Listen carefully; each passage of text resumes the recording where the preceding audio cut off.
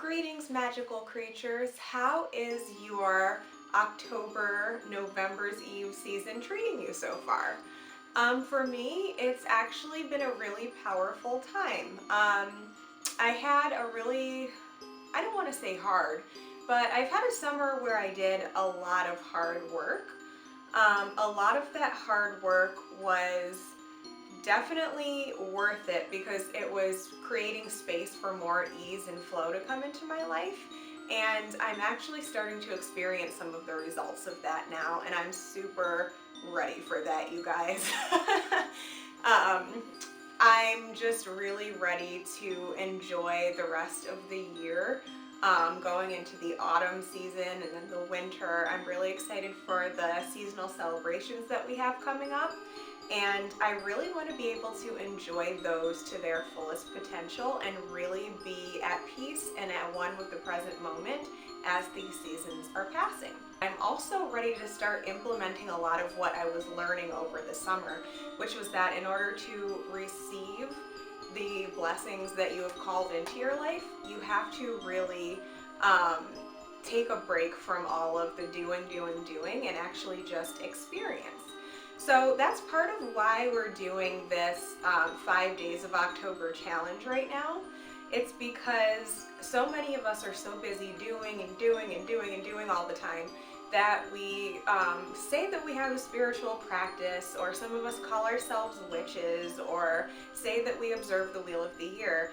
But so many of us are actually not taking the time to really walk the talk. You know, like so many of us, myself included, are like, oh yeah, I'm so big on the Wheel of the Year and journaling and Book of Shadows. And then somebody could ask like, well, when is the last time that you actually sat down and made a page in your Book of Shadows? And I'm like,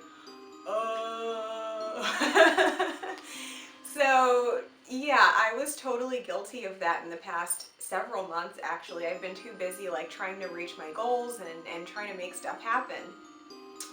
Which is great. Like, motivation is wonderful, but the only way that we can, like I said, really receive what it is that we're trying to create in our lives, we have to take the time to pause and actually receive it.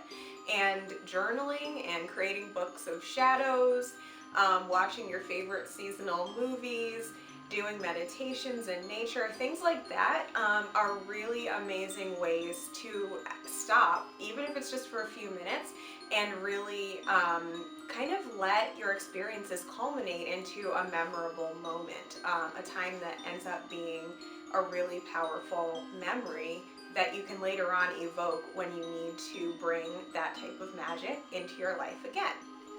So today, my purpose for making this video is, this is part of our 5 Days of October challenge, but I'm extending this to everybody else, those of you who didn't find out about the challenge or weren't interested in joining. I just think that this part of it is super important for everybody who's interested in the Wheel of the Year and manifesting and all that amazing stuff. The other questions that we had in our challenge were really fun things so far. Like we've had, you know, what is your spiritual significance for some of the symbols of the season, like jack-o'-lanterns, and what is your definition of a witch was a really fun one that got some really diverse answers. And then right now we're working on do you believe in ghosts and stuff like that. So those are all fun seasonal topics. But I want to actually introduce this one to the group doing the challenge as well as to everybody else, just to kind of talk about the really important part of this season. But the topic that I'm here to talk about today is something that I feel is important for every single one of us. And that's why I'm presenting this one via video instead of just throwing a little meme at you and saying, here's your challenge for today. So those of you who have been interested in the Wheel of the Year for any amount of time at this point, you probably are already aware of the fact that November's Eve, aka Samhain, aka Halloween, is considered to be the third harvest, or the final harvest of the year. A lot of you are already familiar with this topic, but I want to talk about it with a little bit of a modern everyday life spin on it so that we can get a better understanding of what this really means for each one of us.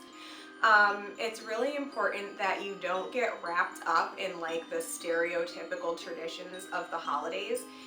For example, I'm decorating with pumpkins right now because here in New York, pumpkins are growing. I mean, they're not even growing anymore. They're like done. They're here. But I realize that things like that are pretty much universal symbols for this time of year, but they're not actually that, they don't hit that close to home for people who don't grow pumpkins in their area. So don't feel obligated to bring a symbol into your practice if it doesn't resonate with your personal connection to nature. One thing that we all should definitely bring into our practice, in my opinion though, is the symbolism of what it means for it to be harvest time. This one is called the third harvest because in agricultural societies, particularly ones where they have the four seasons and where our ancestors were mainly agricultural, which is most places. So this is the third harvest because we've had kind of ever since things started to grow a little bit after the summer solstice, we have been slowly harvesting different aspects of our crops, so to speak. So most of us, some of you lucky guys in this group, do live on really amazing nature-filled land and you get to grow all kinds of stuff, which is freaking awesome. But so many of us these days who want to connect to nature don't live anywhere near a farm and can barely grow a houseplant, you know?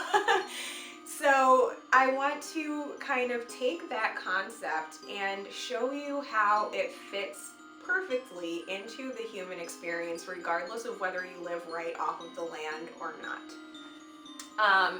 So this one is the third harvest because, like I said, earlier in the season, like in the late summer, we were harvesting, the early crops. So for example, in nature, that would be things like cucumbers and peppers, things that grow pretty quickly. And that's kind of this small little celebration of like, woo, summer. And then the second harvest is the autumn equinox, which is when more of the hardy crops start to be brought in, things like corn. And then the third and final harvest is when the things that took the longest to grow are finally ready. And not only is it that they're hopefully finally ready, it's that that harvest is your last chance to harvest anything. Because after that, nature starts to die back for the year and the growing season is over. So what does that have to do with you and me?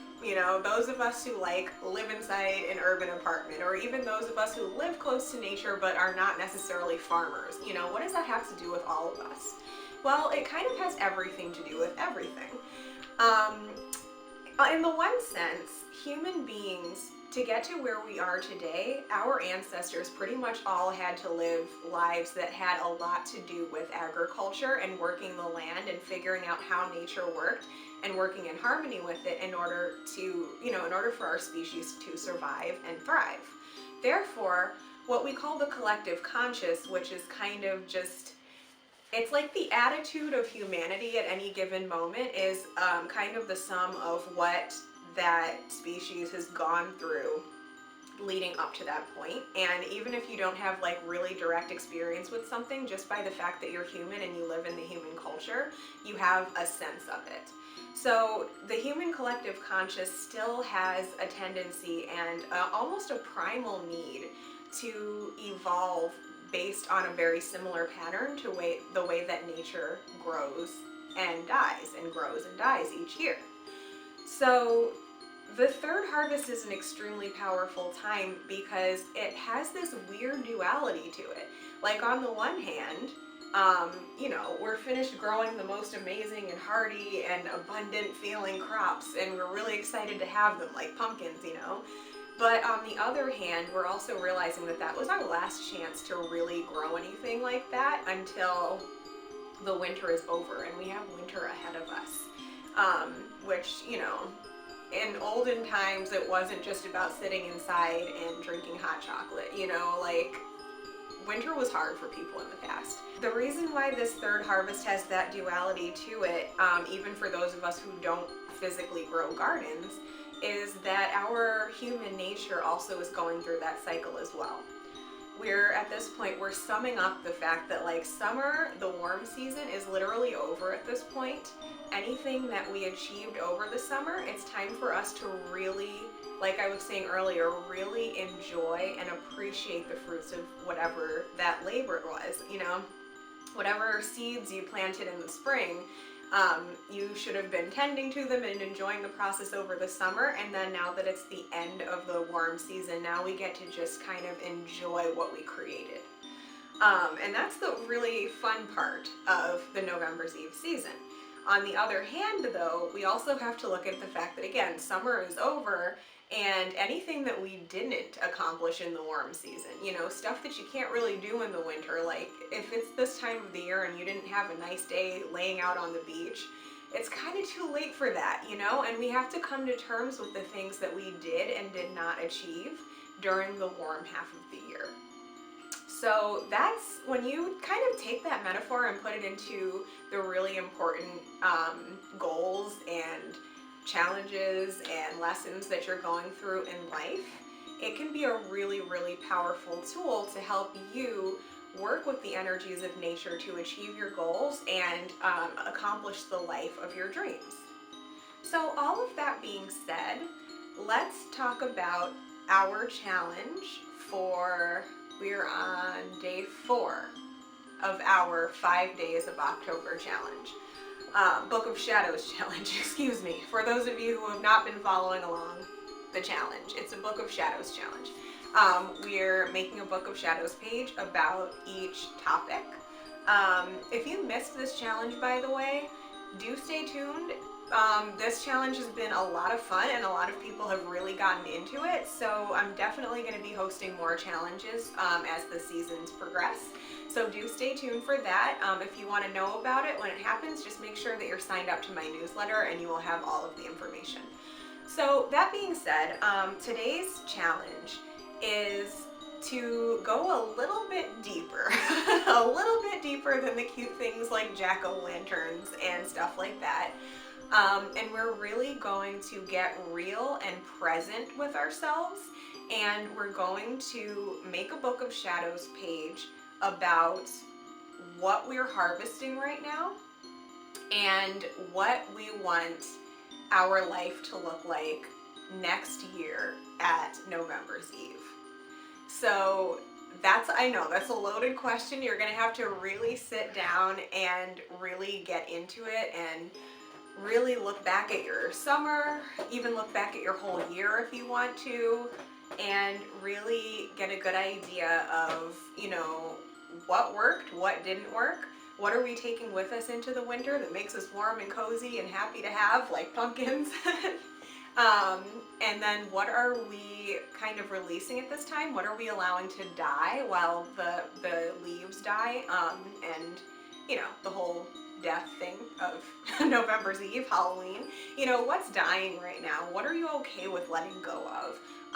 What are you not so okay with letting go of, but you kind of have to? This is the time of year when, even though it's not like spring equinox, let's plant seeds now.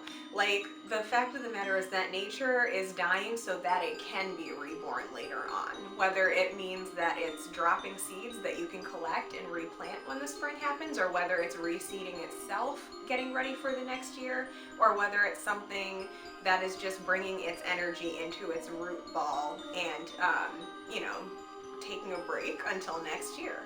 You know, what is it that is going away from your life to make room for a whole new year, a whole new thing to harvest next year this time? So let's sum that up a little bit. Our Book of Shadows page for today is about the third harvest, basically. It's the concept of the third harvest, and we want to bring into it whatever we feel about where we're at in life right now, what we're harvesting, what we're letting go of, and what we are creating space for to bring into our life by next year this time. Got it? I'm really excited for this one because even though it's a little bit deeper and more intense than the other ones that we did. It's a really powerful one because it's putting us really right up close and personal, not just with like imagining what it was like to be in the olden days. We're really and truly taking the energy of the season and using it to recognize that we too are a part of nature and we're going through it too, and we're taking the conscious action to decide how we're going to craft the rest of our year and how we're going to receive the abundance that we have been growing for the past several months. So, are you excited for this one? I'm excited for this one. Okay, I'm gonna leave you to it now. This is gonna be a loaded one, so I better get to work too. I need to make this journal entry as well, and let's all have as much time and energy into this one as we possibly can. And I will check in with you guys again tomorrow. Thank you so much for being here. I'm having a really great time with this whole group and this whole challenge, and I cannot wait to see what we come up with next. Until next time, brightest blessings. Bye-bye.